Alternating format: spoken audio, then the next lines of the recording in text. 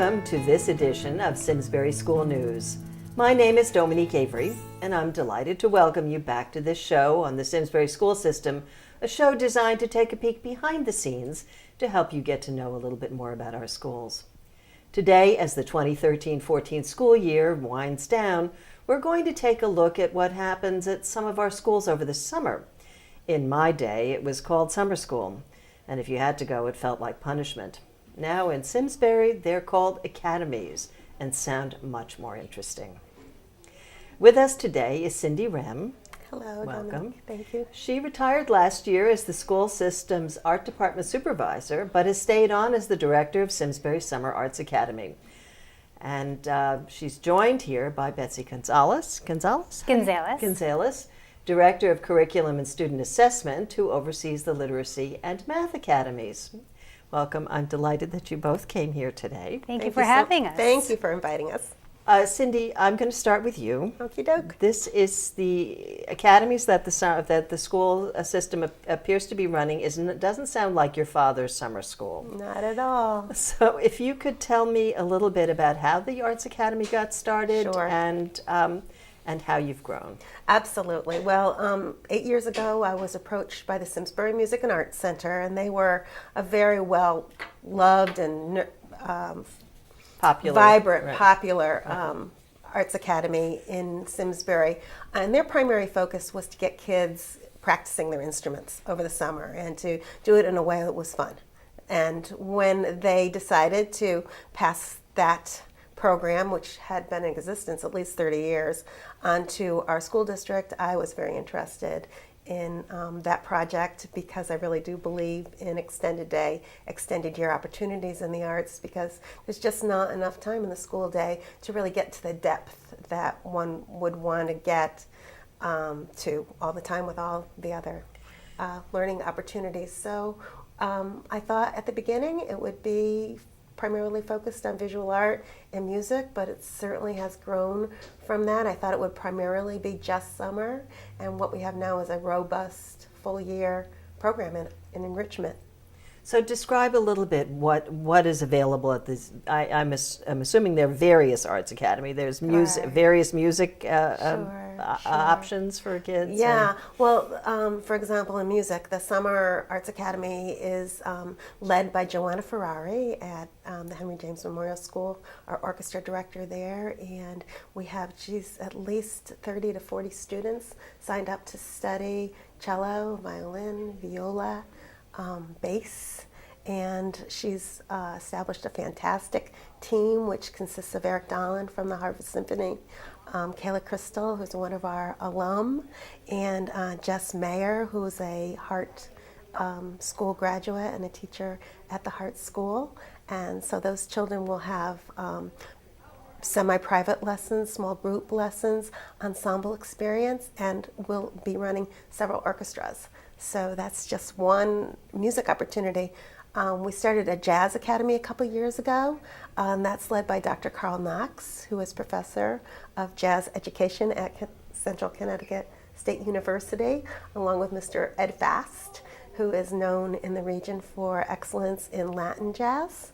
And those children have the same kind of format as the Strings Academy students do, and their culminating activity is an orchestra, a band experience. Okay, so we have string and jazz. And where does this take place?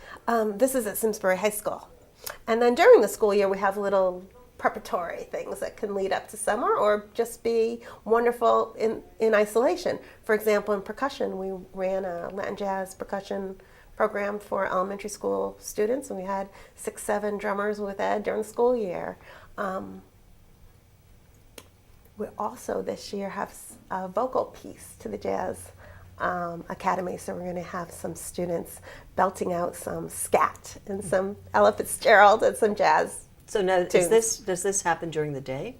This is during the day. The high school program is it starts at 7:45, and the children are exhausted at 1:15. And so it's a great time of the day. They still have time to go to the pool or do something in the afternoon, but it's very intense. And high school students receive credit. So Yeah, and our musical theater academy is, we have 22 cast members. So is this the high school, or is this the little kids at Tooten? No, it's not the little No. kids at Tooten. That's something else. This is geared toward middle school, actually, and early high school learners. Entering grades 7, 8, 9, and 10. Perfect opportunity, perfect time. A lot of those students come to gain confidence to audition, or to just continue because it's so infectious, musical theater. And lots of times they move on to our high school productions at a very great level, or go on to the Simsbury Summer Theater, which is a wonderful option that starts right after my academy ends. But you also have the little kids at Tooten, right? We do have the little kids at Tooten, and this year's production is Cinderella. And for the older kids, this year's production is Honk. And Honk is Hans Christian Andersen based, and it's perfect for this age group because it talks about empathy and respect and friendship. So it's going to be a great show. We've never done Honk before, and I really don't know it that well. So I'm looking forward to that show. And that's also a daytime. That's at the high school during the day, and our leaders in that program are wonderful Mr. Michael Hunter, our technical director at Simsbury High School, and Jason Stammen, who is a very highly regarded performer and teacher of vocal music. They're our program leaders. Okay, so now we've talked about all kinds of performance things, but your area of interest is in visual arts. And absolutely, that's all I knew about when I started this. I didn't know I needed like those little books that had violin and a picture of violin, and I've learned so much. But absolutely, yes, we have in visual art. We've got great programming at Tooten Hill School and Terriffill School this summer. Thematic based.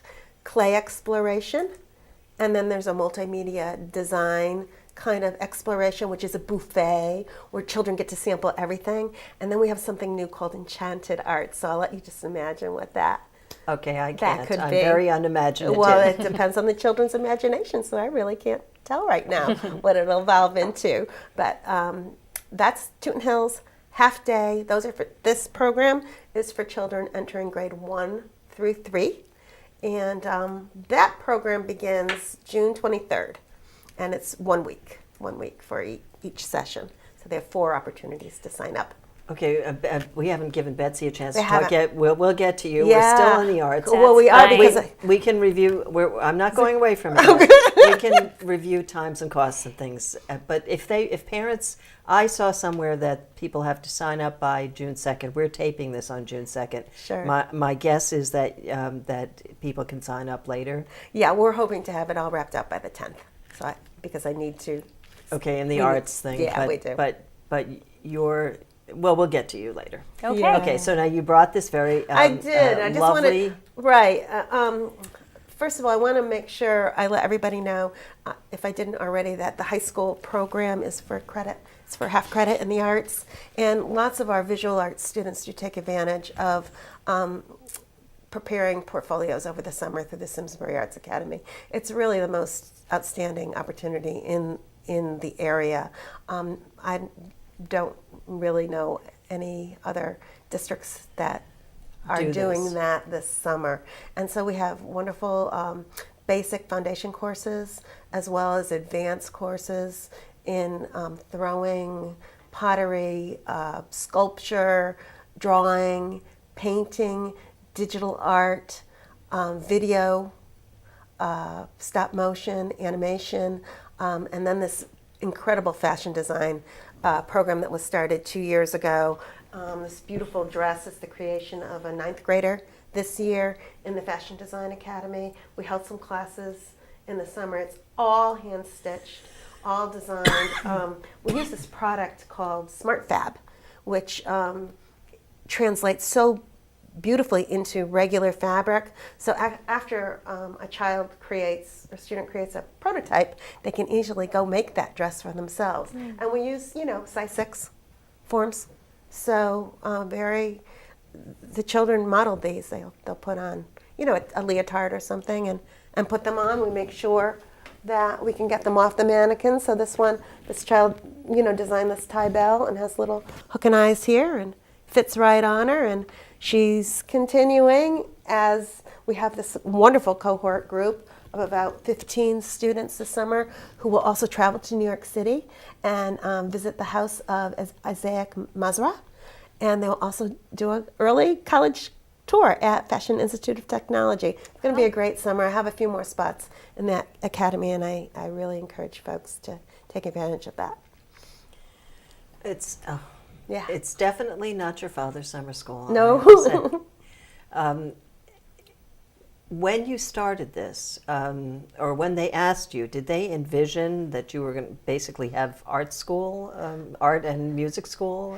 Seriously, the goal was just to not lose that Simsbury Music and Art Center, so that these students could continue practicing their music. And but that wasn't my vision at all. But that was that was the original idea, and I am so proud of the collaboration with the core music, performing arts, and art department, and how we weave it together so beautifully that it's just, to me, it's a natural extension. Cindy, of the do day. other schools have this kind of thing, and are students allowed to participate in this from other communities? We absolutely welcome children from other communities. We have quite a large homeschool population that attends Simsbury Arts Academy. The parochial schools, Granby, Farmington, West Hartford, Burlington, those communities don't have something like this. And so I really feel it's become a lot more regional. Interesting. Okay, so now I'm going to move on to the literacy and math academies that Betsy's here to talk about. From what I've read, this seems to be sort of in two parts, for kids who might need a little help with their skills, and for kids who love writing and math. So why don't you tell me a little bit about the different academies that you run? Sure. I'm going to start by talking about our programs that we offer for our students who need a little bit more time to secure the knowledge and skills around literacy and in math. About 9 years ago, we started out with our Summer Literacy Academy, and we started with developing that program for students who were entering grades 1, 2, and 3. And it's been a 3-week, about a 12-day program for students. And what we do is we provide students with lots of opportunities to practice and extend those skills that they have practiced in their current grade level. It's a great time in the summer for students to keep those skills sharp, to keep reading, to keep that instruction going, so that they don't lose ground as they're getting ready to enter in that next grade level. So that's where the inspiration started.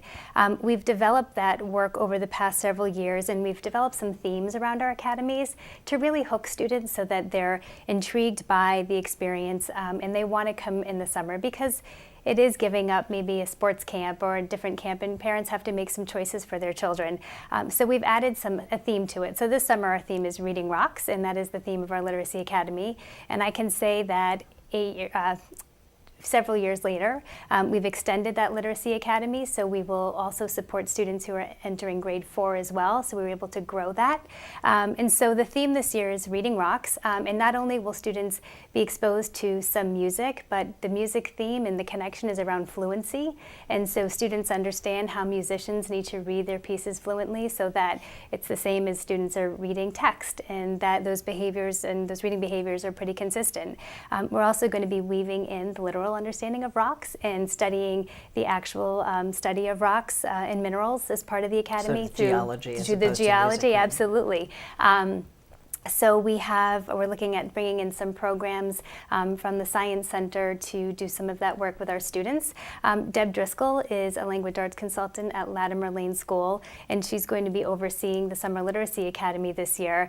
And she's been working with Cindy to talk about ways that we can incorporate the programs that her music ensembles and programs that she has going through the Arts Academy and the Literacy Academy to make the learning experience intriguing for students. So while we want to make sure there's some fun, we also want to make sure that we're providing that explicit instruction to really develop those student readers. And we do that with our own Simsbury teachers who offer to teach in the summer. So they have an extensive background in literacy development and teaching. And so they are providing both whole group instruction, some small group instruction, and individual instruction, so we can really get at the specific learning needs of each student. And so that has worked very well, and students are it's wonderful for them to have that opportunity to receive that ongoing small group individual instruction as we've extended that learning through the summer months. Can I interrupt you here and ask, in the beginning I talked about how in my day it was sort of punishment if they said you had to go to summer school. How do the kids who might be identified as maybe could use them, how do they feel about it? Are they happy about it, or do you think that there's some that are mixed? I think it's mixed. You know, we have such wonderful and supportive parents and who really just want the best for their students. And if it's giving them a little bit more time, I think our parents do a nice job encouraging their students. And we encourage them the moment they walk in. So we really work hard to bring students together from all 5 of our elementary schools and do a little team building work so they get to know each other. And it's fun to meet new faces and to meet new friends. Absolutely. And learn with them. We also make sure there's lots of opportunities in the day to change up what they're doing so it doesn't feel like school. It needs to feel a little bit different. I think one of the other things that we've done over the years is we've asked our high school students to volunteer at our summer academies, and they are a big hit with the students. Students really look up to these high school students who are in the classrooms working side by side with the classroom teacher and individual students. They go to recess with them, they take their breaks with them, and they tend to be the main attraction at recess, and that's a big selling point, and it's something that the students respond to in their survey when we survey them at the end of the experience. Do these high school students volunteer, or are they paid? They volunteer. Oh. They volunteer for this, and we have an overwhelming number of students every year who come forward who are willing to give up time in the summer to work in one of these academies. So we couldn't be more grateful for their time and okay, so now we've talked about one of the literacy academies, the one where kids could use a little skill work. And let me talk about the Math Academy, because that is something that we put into place probably about 4 or 5 years ago. This year's theme is Sail into Summer. Again, we have a little theme to hook our students, and students will be developing and actually building sailboats, but they're learning the math that's required for them to be able to construct the sailboats through the 2-week program. So students, again, are given that extended learning opportunities to practice the skills that, review those skills that they may have learned, that they would have learned in the grade level, and also to shore up some of the skills that may be some gaps. Our teachers do a great job at assessing where kids are, providing some individual and small group instruction. In addition to using some core materials, teachers are great about using technology, using our smart boards, using games in ways that will really engage and motivate those students during those summer months. You're in charge of assessment for the whole school district. Does the help that these, I mean, I can only imagine that it does help. The question I'm going to ask is maybe a stupid question, but all of this extra work that's identified, does that in the end help the students in their classroom and then test scores? I mean, is it one of the reasons why? It's hard to make that correlation. I don't know if it's the only answer, but one of the things that we do at the end of the spring, and our teachers give spring assessments in all content areas, and what we do is we pull the assessment data for the students who are entering these academies, and we share that information with the classroom teachers who will be teaching those students during the summer months. So they have a sense of the students' strengths, the areas of need, and how they can begin to tailor and scaffold and plan that instruction. So while we do have some core materials that we use, the teachers really do use that assessment information as they plan for that summer academy and making some decisions. So for example, in literacy, we have benchmarks, levels, where we want students to be by the end of the year, and teachers will use that information to select books at the levels for those students, to plan their small group instruction as they confer with students. So they use every bit of information that they know about the children coming into the program to make those informed decisions about what it is that they're actually going to teach them during that minimal amount of time that they have with them. And then we have progress reports that we share with parents, and that get passed along to the next year's teacher so that teacher can see the development and the growth. Okay, so now we've talked about the math and and literacy reading, but now you also have sort of writing and math for Right. kids who can't stand to be away from school. Right, Who love they extra love work. it. They have this passion for it. So we have two programs that we offer for enrichment programs. One is our Summer Writing Academy, which is a sellout every year. The focus every year changes. This year we're going back to narrative writing. We did some information writing and explanatory writing in the past, and now we're coming back to some narrative writing. So much of what our students view through movies and TV, they see video games come to life. They see skis come to life through some talking and having problems. And so we're hoping that as a result of students participating in this year's Summer Writing Academy, we may have a script for the next Disney film. We're really encouraging our students this year to publish a piece. Many of our teachers and our students in Simsbury submit pieces to the Connecticut Writing Project every winter, and we have lots of recognition in Simsbury with our student writers, and we're hoping that every student at the Academy this year has a piece that they will submit to the Connecticut Writing Project, and that's one of our goals. They're also going to create an anthology of all their written pieces, so not only will their piece be published, as their peers' pieces will be published as well. So it'll be a nice token from their experience at the Summer Writing Academy this year. Okay, sounds like fun. So narrative, you mean story writing? Absolutely, right. Really tapping into that imaginative thinking, and not only are they working on just the development of story, but our teachers are following we use a workshop approach to writing instruction. So that means the teachers are teaching a mini lesson to their students that they know will help the development of their writing and their craft. And then students, the teacher models that. They use a lot of mentor texts, so they're looking at how other published authors may demonstrate that through picture books or chapter books or scripts, and then our students give it a try. And as the students are working on their independent writing, the teacher is working with small groups of writers or individual students, giving them feedback, and then we end that part of the workshop with a share. So students get to share something that they worked on in their writing and to get that feedback from the teacher as well as their peers. Interesting. Math. So our Math Enrichment Academy is really an approach to non-traditional problem solving. And so our students are students entering grades 4 and 5, and they spend about a week really grappling with some pretty challenging math problems that are focusing on enumeration, variables, and all kinds of things that they really need to be thinking about to solve complex problems. They work a lot cooperatively. They're using some technology, they're using some games to really challenge and push their own thinking as they really work through these inductive and deductive reasoning skills to solve these problems. So are all of these at Tooten Hills? All of these programs are at Tooten Hills, yes, and they have some different start times, and that information, some of this information has been sent home to families. Parents should have received an email from their school just on Friday, where we advertise the summer academies for the writing program and the Math Enrichment Academy, and as you mentioned, the registration deadline was June 2nd, but we certainly are accepting registrations, so if families haven't had the chance to think about summer plans or fill out their camp forms, it's not too late.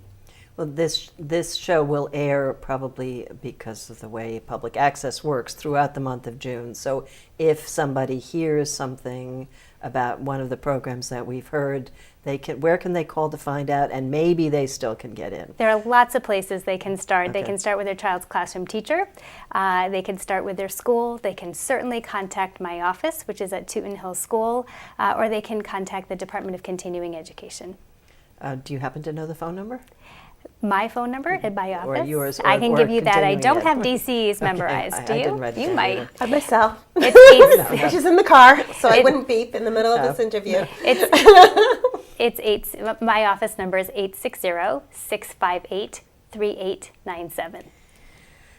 So what does this is not free, I'm imagining. What does it cost?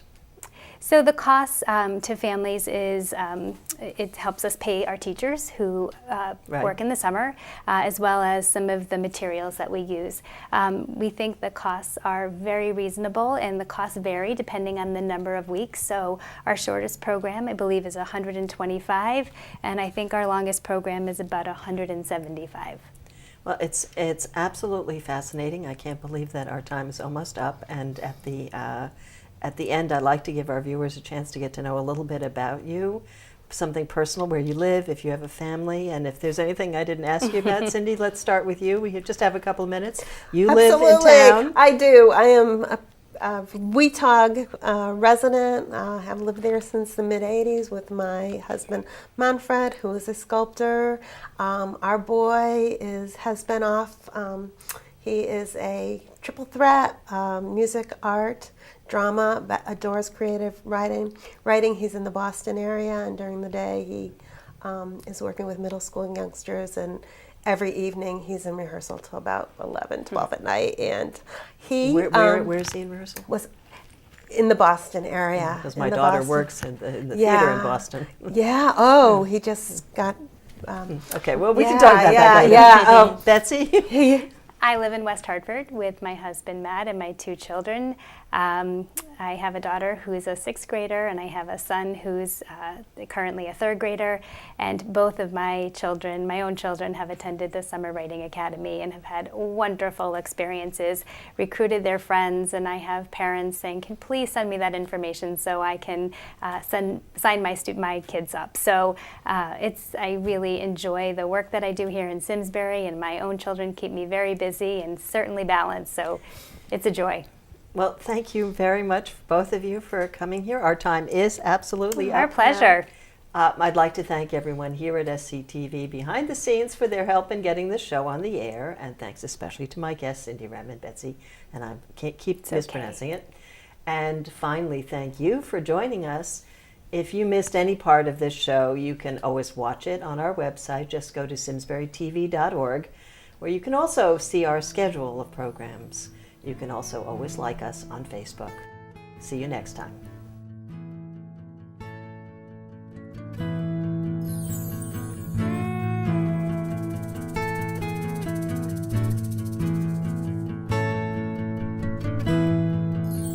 Funding for Simsbury Community Television is provided in part by contributions from viewers like you. Thank you.